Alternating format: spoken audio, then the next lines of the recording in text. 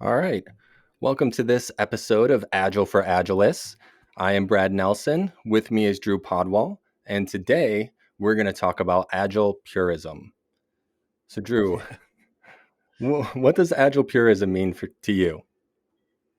It is the worst thing you could ever call me. It is the thing that strips me of all of my power and ability to coach and brings me to my knees. That's what I think about when it comes to being called a purist.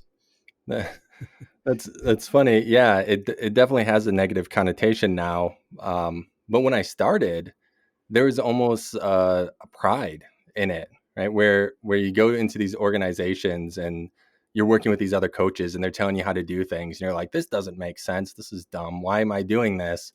So you get on Google and you're clicking away and you look up like, well, what is the Agile Manifesto and what were they doing when this started? And it's it's you can find ways to justify to be defiant to these other ways by being like, that's not what Agile says.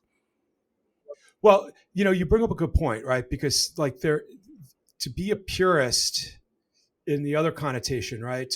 Is one who knows the Scrum Guide, right? Who knows the principles and values of the Agile Manifesto, and is able to exude those qualities and help coach a team, right? But the negative connotation of being called a purist, right?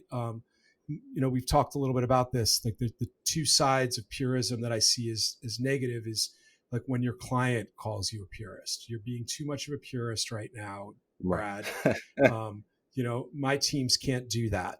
That to me is negative. Or when you're on a coaching call or webinar or a lean coffee event, for um, uh, you know just a learning opportunity or whatnot, and one person decides they don't like this methodology, and then another person jumps on that, and another person jumps on that, and my methodology is the right methodology, and your methodology is the wrong methodology.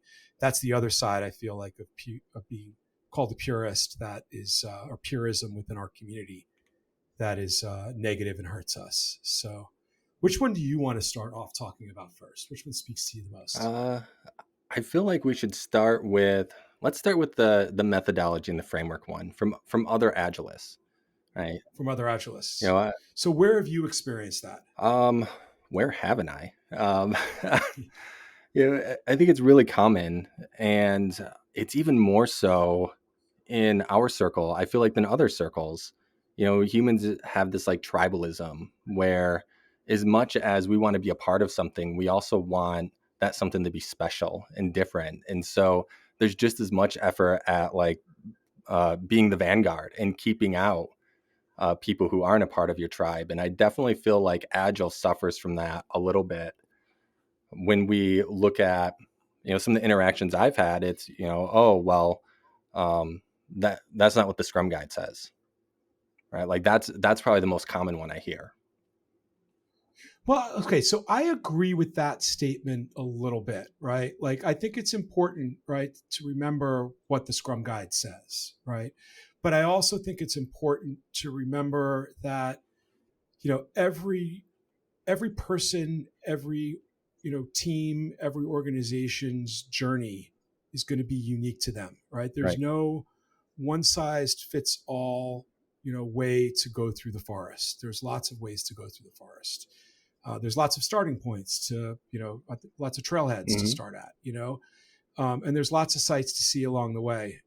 Um, and did that bell just go off loud enough for you to hear it on my side, Uh, or is it just in my just ears? your ears. Okay, that's another fast cycle of failure. I've realized that I need to turn off and put myself into do not disturb mode. Um, so let's see. Sorry about that, guys. I disrupted it. Um, but um, there's lots of pathways through the forest. I think it's important that we look at the Scrum Guide and that we look at the manifesto as the foundation, Hmm. right?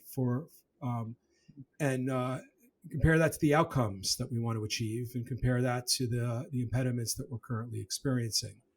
So I don't specifically think that that for somebody to say that's not what the Scrum Guide says is negative. It's the connotation behind it and the context that I think might make it negative. Do you agree with that, or Yeah, just so that's something I'm really torn on. I would say your justification for doing something should never be this guide or this article or this piece of paper says this is what you have to do, so we do it. Right? The failure that I see is right when Scrum becomes the process and tools over right people and interactions. yes, no, absolutely. That I agree with. Okay, so I think yeah, that makes a lot more sense. I thought you were coming at it from a different angle. Um, um, yeah, no, that makes a lot of yeah, sense to me. and I've had the fortunate opportunity to work with a lot of Scrum trainers. And the thing that I appreciate about a lot of them is they'll say, here's Scrum in its entirety. You can pick pieces out of it. There's benefits to different practices and pieces of the guide. Just don't call it Scrum. Yeah, I could see that as well. I think again, I fall on both sides of the fence there. You know, um, um,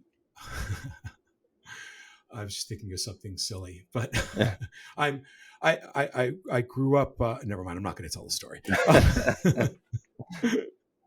Wow, that's a first for me. I just showed good judgment.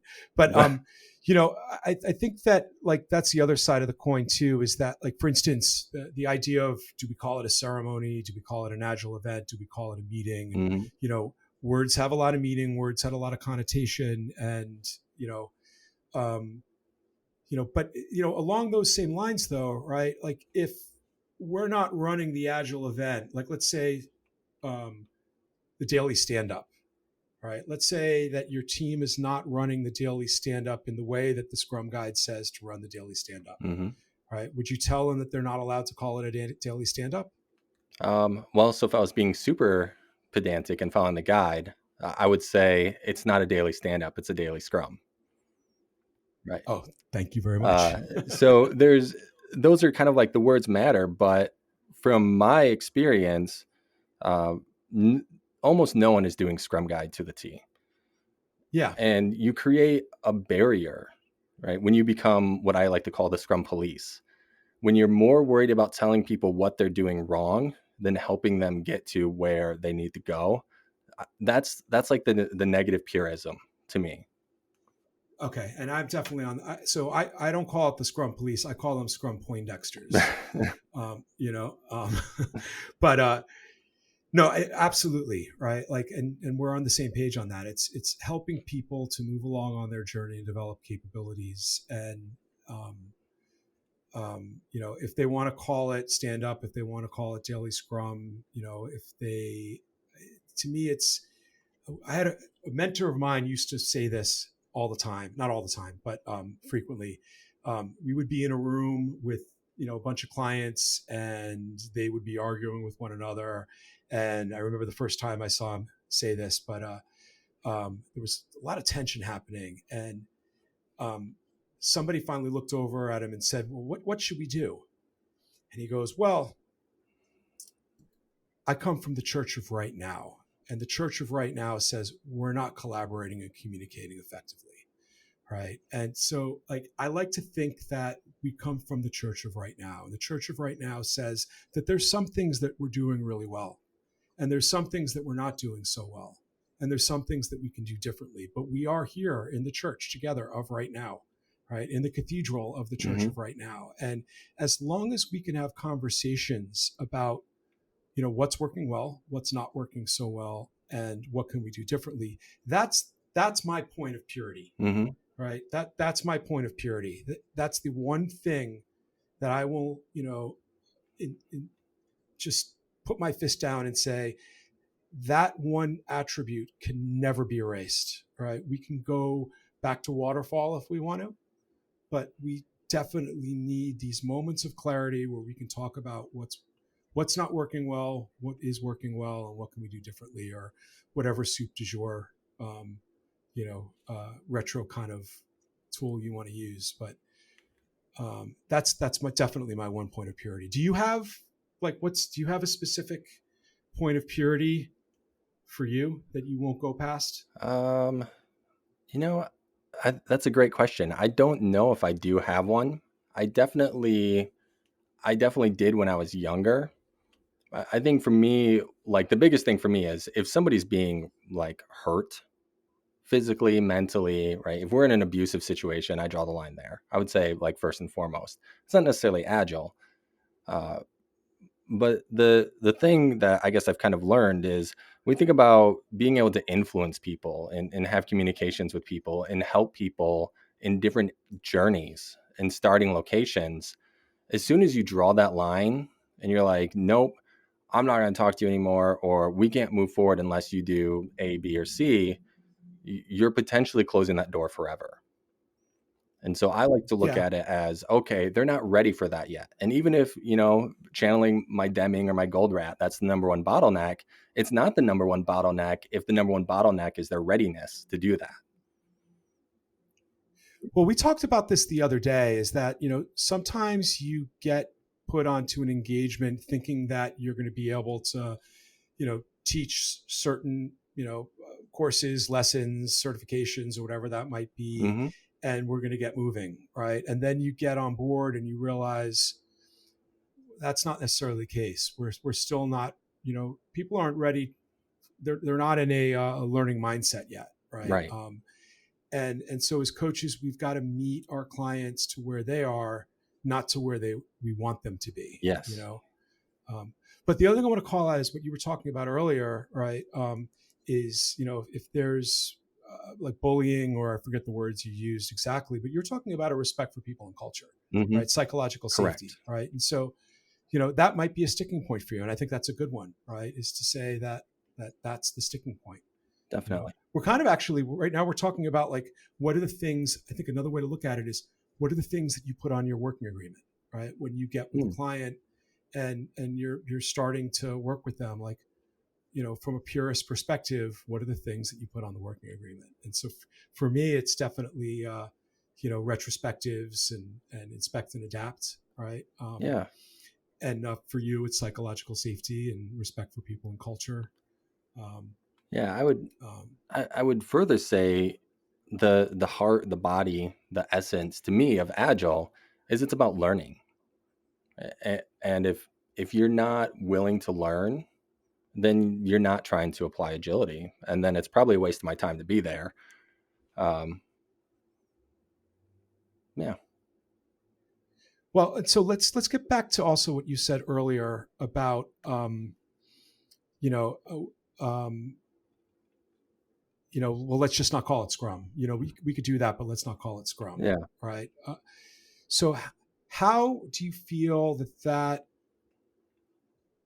either like helps to move the needle forward, or how do you feel it prevents the needle from being moved forward? Like we started Hmm. off talking. We wanted to talk about a podcast where how does being a purist either help or hinder, right, the process? And so the statement of well, okay, let's do that, but let's not call it Scrum. Like, where do you feel that sits? um, Gosh, I'm honestly really torn on it because there's multiple reasons. One, nobody likes being told they're not doing something right. So you meet someone for the first time, or you're interacting with them, like I did to you, right? Oh, we have a daily stand up, and I'm like, what's a stand up, right? Like we only do scrums. You're not doing scrum if you don't call it the daily scrum. Like that turns people off. And as I mentioned earlier, nobody's doing scrum to the T. So it's really, where are they at in their journey to adopting scrum? However, the flip side is you hear so many organizations that are like, oh, I tried agile and it didn't work. And we know that 80 some percent of organizations that are trying agile are trying a form of scrum, either scrum in its entirety or scrum with additional frameworks or methodologies tied into it. And so I do see the value in saying, well, you're not going to get all the benefits if you're not doing all these things. No, I agree with that. Like, um, but I don't know that I would actually take it to the step to say like, hey, so if we're not going to do all these things, let's not call it the thing, right? Mm-hmm. but I also wouldn't. I would call that out in conversation, right? So like for me, if a team wasn't doing a daily scrum in the way that the Scrum Guide prescribes, try to say that, um, I would definitely call attention to say, politely that, this is how the Scrum Guide suggests that a daily Scrum be held. This is what we're doing, right? And then I would switch into the coaching hat mode, right? How do you feel that doing it this way might impact our team, right? Right. Because I like to coach, right? I realized that years ago I like to tell, Yeah. and that telling made me the agile Poindexter that I feel like nobody likes, and so I would ask them, what their fears are if we tried to do it this way. What do you think might go wrong, right? How likely is it that will happen? What could we do to reduce the risk of that happening, so that we could try it, right? How willing would you be to try it? And so, I'm not a fan of the idea of saying, well, you guys are not allowed to call it this Mm-hmm. unless you do it exactly like this. But, at the same time, I'm definitely not that coach who's just going to be like, all right, well, they're doing some of it right, and so I'm just going to leave them alone, and we'll get through it. We'll grow a little bit over time, But I don't want it to be the hill that I'm going to die on, because I know that what I have as a coach, that my value as a coach is really valuable, right? And if I die on hills, then that value goes away, Right. and so how does that sit with you? I know I just said a lot. I think we're aligned for the most part. Yeah, with everything you said. I like to think of it, and this is something that we've started doing internally at my company more and more, is we take more of a discovery approach to coaching. And it's really, what are the problems you have today, and how can I solve them? And or help you to solve them, I should say. Right. I'm not just doing the work for them. I'm not coming up with everything, but you work with different organizations. Some of them are more strict on, well, we want to implement Scrum or Nexus or Safe. And so you might work within those constraints, but once again, what I mentioned earlier is doing things for the sake of doing them isn't valuable. So if you're working with people and they're running into a problem that a part of the Scrum Guide is meant to address, to me, that's the opportunity to have that conversation, to say, well, the Scrum Guide suggests to solve that problem with this. Would you guys like to try that? Well, and to me, I've thought about it a bunch, right? My hypothesis, and I don't know if there's any truth to this, but that like the reason why words have so much meaning is from a branding perspective, Mm. right? Mm-hmm. And and we don't want people to maybe leave that organization and think that they were running a daily scrum, and then start a daily scrum at their next organization, and and think that they're running a daily scrum and that they're not, and I definitely get it from that perspective. But for me, it's more about ensuring that the opportunity to coach, the opportunity to learn, right, the opportunity to keep meeting the client where they are, um, that's really what I look at as a coach, um, Yeah. but what I don't like is when a client says to me, Drew, we can't do the daily scrum like that, or we can't uh, have everybody in backlog refinement, right? You know, because and you're being a purist to say that, because once they pull out and drop that purist card, it's like going nuclear, right? Like there's now we've stripped this engagement, this transformation all the way down to the studs, and I've got to work on building it back up again so that we can keep moving forward. It's a wild card that should be removed from the deck, right? And that's interesting. Maybe that's the thing to unpack. Like, is it like you feel like once they call you a purist, is it that like now you have this reputation that maybe you're not reasonable or practical? Well, I feel like it's the one thing that when clients have called me purists in the past to say that, we can't do that. You're being too much of a purist, Drew. Right? It, it it's just that, like, well, like, let me ask you, right? Like, so have you ever experienced that before, or is this something that's like new to you? No, it's definitely not new to me. Not always in those words. You're being a purist for sure, or you're being too rigid, or I think the thing that we see a lot, and it's I don't know, I'm being rambly here, but we always say agile's different in every organization, and so is culture, right? You can't just buy Nerf guns and foosball tables and boom, you're agile. But on the same note, a lot of the challenges and the things that companies go through and the problems they have are the same. And they all think that their problem is unique and that this thing is just not going to work for them. And Right. I think that's more of what we see in these instances where, they're like, oh, that's just not reasonable or that's not going to work. And it is hard. It's hard to get that credibility, I feel like, to get them to try that. And that's why I usually take the other approach of, okay, well, it's on the table. We'll come back to it, or I'll repeatedly point out when you're having problems because you're not doing this. But what are the things then to you that are the problem, and let's come up with solutions for that.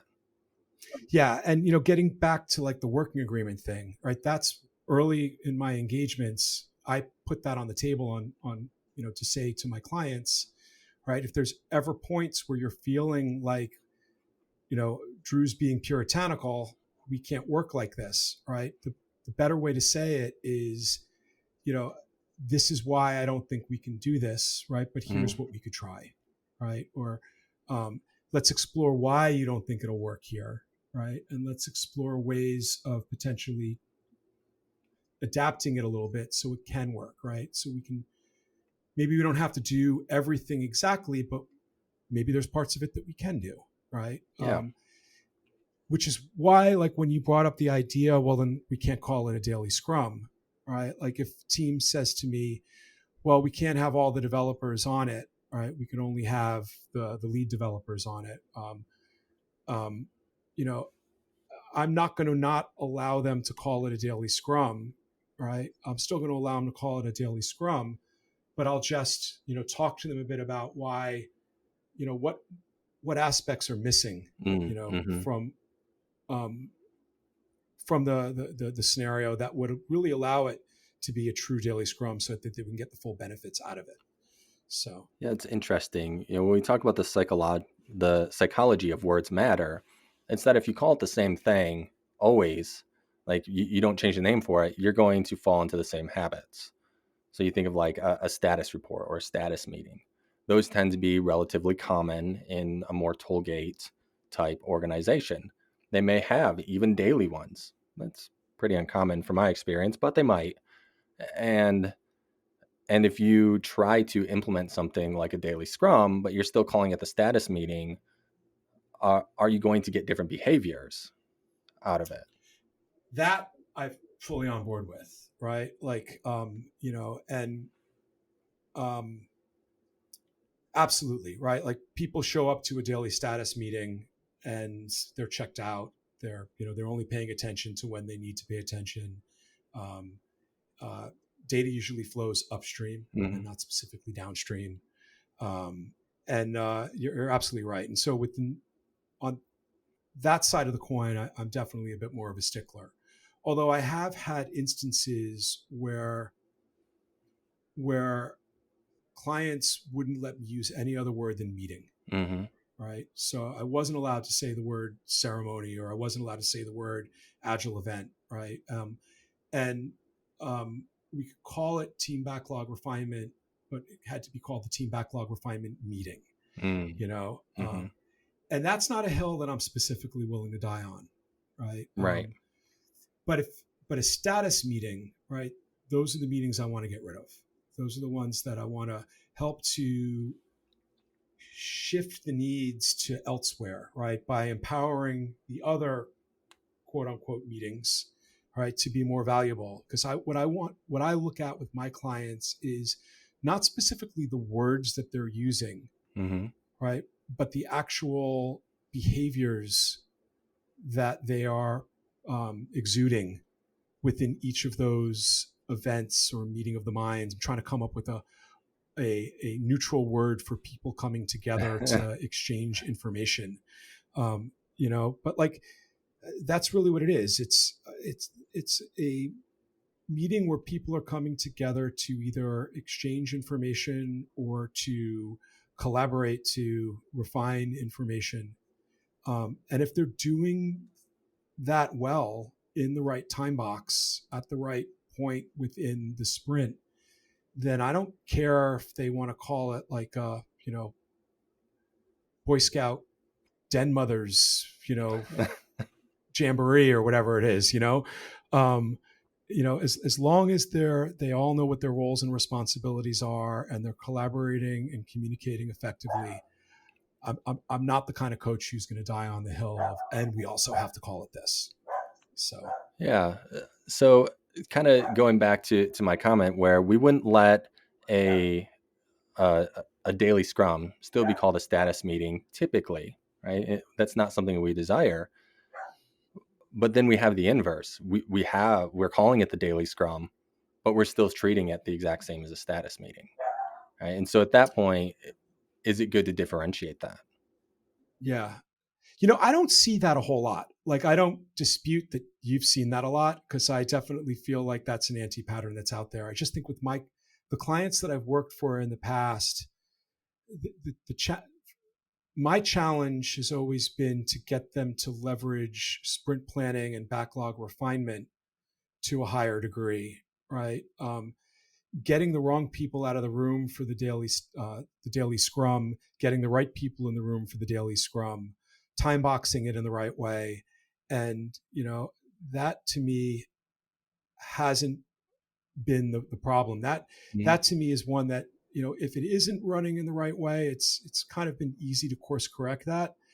Um, it's the other ceremonies, and then specifically, like given my safe background, and I do a lot more coaching at the program level than I do at the team level these days.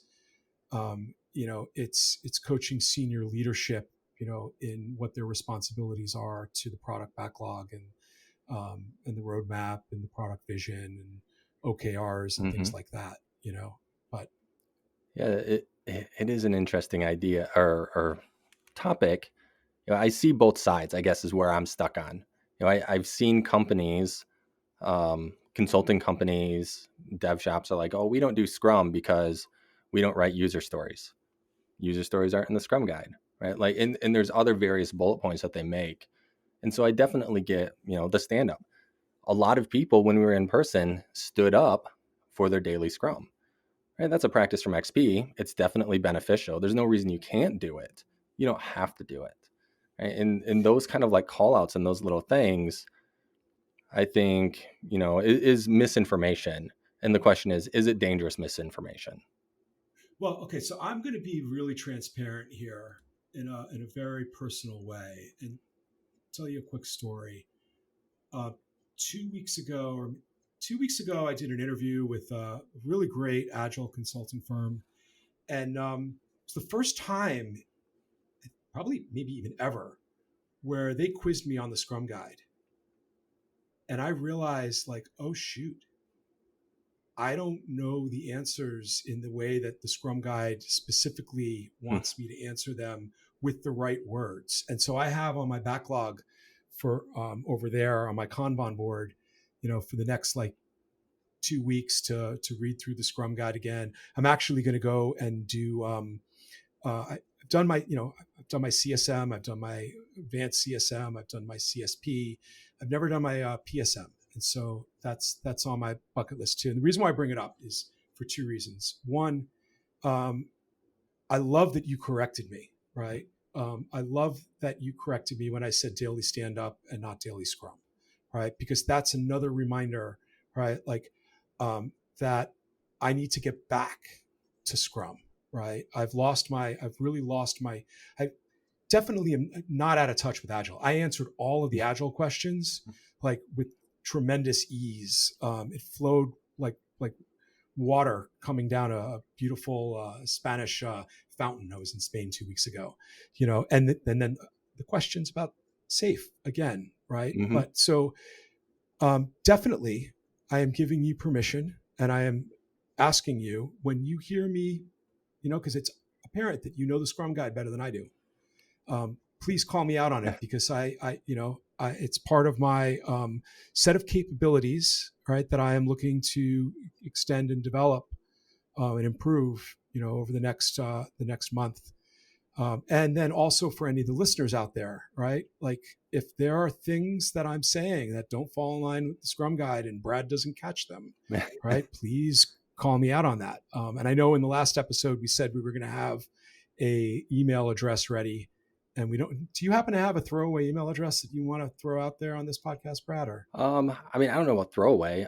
I have my Bragile email, hello@bragile.com, which is okay. maybe harder to spell out via the pun, but um, Do you want that do you want the world knowing your that's email fine. I address? put that. That's the one I put out there. Okay, so then I think I should make one for myself too, and I'm just going to say that by the end of the day today, hello at agilecoaching.nyc will be up and running, and then I think also at the end of the day today, um, hello at agileforagilists.com will also be up and running.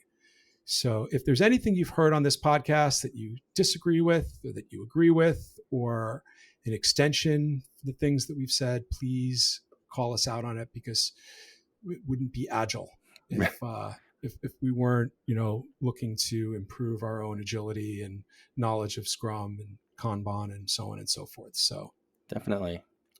um, so we're at the 32-minute mark right now. There's one area that we really didn't delve into too deep, which is the infighting aspect of Hmm. being an Agile purist. And I really think we should talk about that for at least a couple of minutes. Agreed.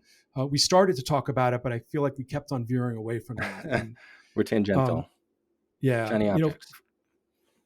I want to throw out there, for me, it breaks my heart whenever I'm on these calls where agilists are fighting to say that my version of whatever is the right one and yours is the wrong one. Hmm. That to me is in and of itself not agile, right? Um, and I think, with the passion that we have, that you and I definitely both have, and that I think it's fair to say that the reason why most agilists are in this game is that same level of passion Hmm.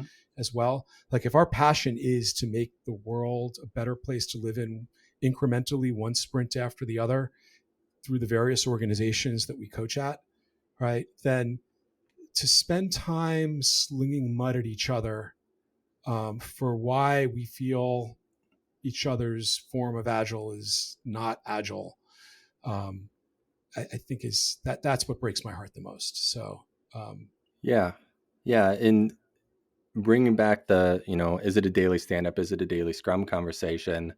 I've been in rooms where people are arguing, right, about these sorts of things and making a big deal. Or I've seen people walk away from a conversation and just dismiss that person because they used the wrong word. And one of the, I think, really eye-opening things for me, I mean, I've always been against that, but the really eye-opening things for me is the last revision of the Scrum Guide. They cut so much out of it, including things that people were fighting about. And it kind of makes you pause and think, maybe we shouldn't be taking ourselves so seriously, guys. that's that last part. Absolutely agree. Right. Like so fun fact about me was 2 years ago, I realized that, I was, now it's funny I'm saying this, but like, I was knowledgeable of Scrum. I was knowledgeable of Kanban and Safe, and knowledgeable about silencing my phone. Here we go. And then I just added the word coach as a suffix to my title, right? So I wound up enrolling in an ICF, International Coaching Federation, accredited coaches course, right? The one I chose was one called IPEC, which is the Institute for Professional Excellence in Coaching, and they focus on what's called core energy coaching, right? The basic premise of it is that everybody, right, throughout our lives, um, how we think and how we feel about something or ourselves will either result in action or inaction or some level in between, right? And that we are held back often in our lives by limiting beliefs and interpretations and assumptions and something we call gremlins. And I wanted to do that course because I realized that like I didn't really know the first thing about what it meant to be a coach, Hmm. right? Like the nuts and bolts of, and I chose one that was completely agnostic to software technology. Um, and, I've since also taken some of the coaching courses with Damon Poole through the IC Agile uh, training track. Um, but to me, it's really important that we look at what it means to be a coach, right? And that we recognize that everybody's journey is unique. Every organization's journey is unique, and that we meet our clients, um, where they are, and that we have a respect for one another's, excellence and their ideas and what they bring to the table. Um, and it did get a little hippy dippy and shaking the tambourine in this energy training course, but to a degree, like there's no separation between us, right? Like I am you and you are me, and we're in this together, and we should want the best outcome, right? So that's what breaks my heart the most as an agilist is when there is that level of infighting, and we need to be right, you know. So, and I hope that I have demonstrated, that in my ability to put myself out there and say, hey, I didn't get a job probably a couple of weeks back because I need to brush up my skills on the Scrum Guide, and I am opening myself up to, you, Brad, and other audience members to help me along that journey because I am so passionate about this and, really want the best for my clients and the world, Definitely. Yeah. I was in a call with an interview of Jeff Sutherland the other day, and he was talking about an organization he helped go from safe to Scrum at scale. And speaking of, I guess, a group of agilists that tend to get the brunt of the purist conversations these days, it is safe. And one of the things that he mentioned that I really appreciated is he was like, safe is light years ahead of where they were at pre-safe. Right? Like safe is so much more beneficial than the traditional what we'll call waterfall approach. He wasn't saying it wasn't, but then he's a salesman, so he's selling his Scrum at scale. But his message was that Scrum at scale just kind of brought them the extra mile for their situation. And yeah. I wish we could shift the conversation more that way. Like all of these are better than the alternative. That's exactly it, right? Like we're all agilists. We all get to be coaches, and we all get to play in the sandbox of software and technology. I always say that agile coaches and scrum masters are therapists for technology organizations. You know, like we're not the Poindexters who are like, oh, the Scrum Guide says this, and this is how many people should be in the room. And, like we do that sometimes. But the real value that we have is asking the powerful questions and helping people to change and reframe their thoughts and their feelings around, why they're afraid that adopting this type of way of working might not work so well in this organization, and helping them to, create little intelligently designed failure experiments to try, being more agile, to try Scrum. And yeah, no, I love that. Like it's, there, I definitely see there are some very well known shortcomings to SAFe that I agree with. I don't I think that I'm a great SPC, but the only reason why I'm a great SPC is because I had the right amount of money in my pocket to take my SPC. That's not the only reason, but I had but like certainly anybody who has that money can go and take the SPC, and I've seen instances where people who were had never been project managers, never been scrum masters, never even worked in a technical organization before, but worked in the corporate training department, um, and were just professional trainers. And that's an amazing skill set to have, you know.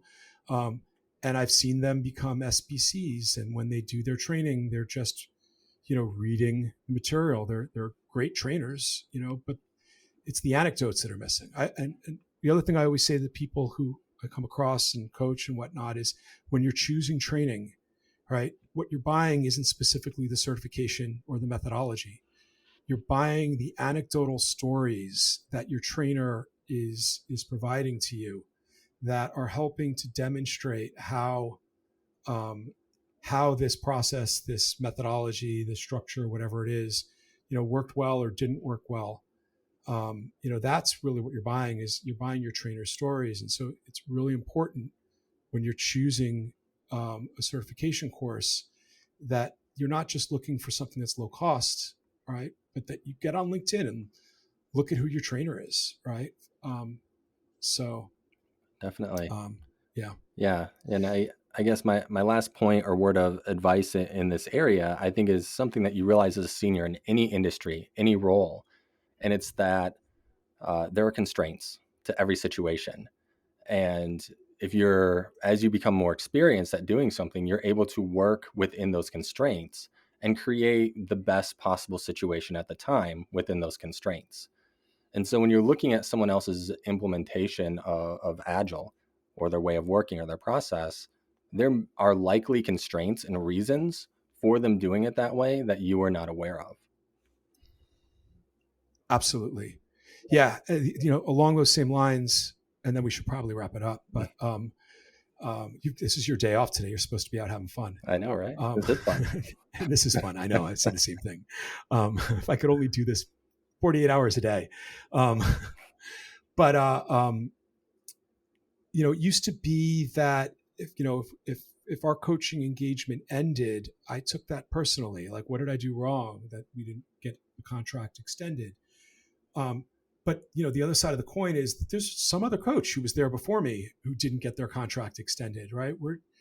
There's lots of agilists that come and go on any organization's journey for transformation, and that's really the beauty of it, is they get lots of different, you know, perspectives and different flavors of coaching, and then hopefully, you know, the coach comes along and helps them to then distill and decide, all right, you've tried this, you've tried that, you know, this coach was this and this coach was that, and you know, this consulting firm and that consulting firm, you know, you've had enough trips around the sun here.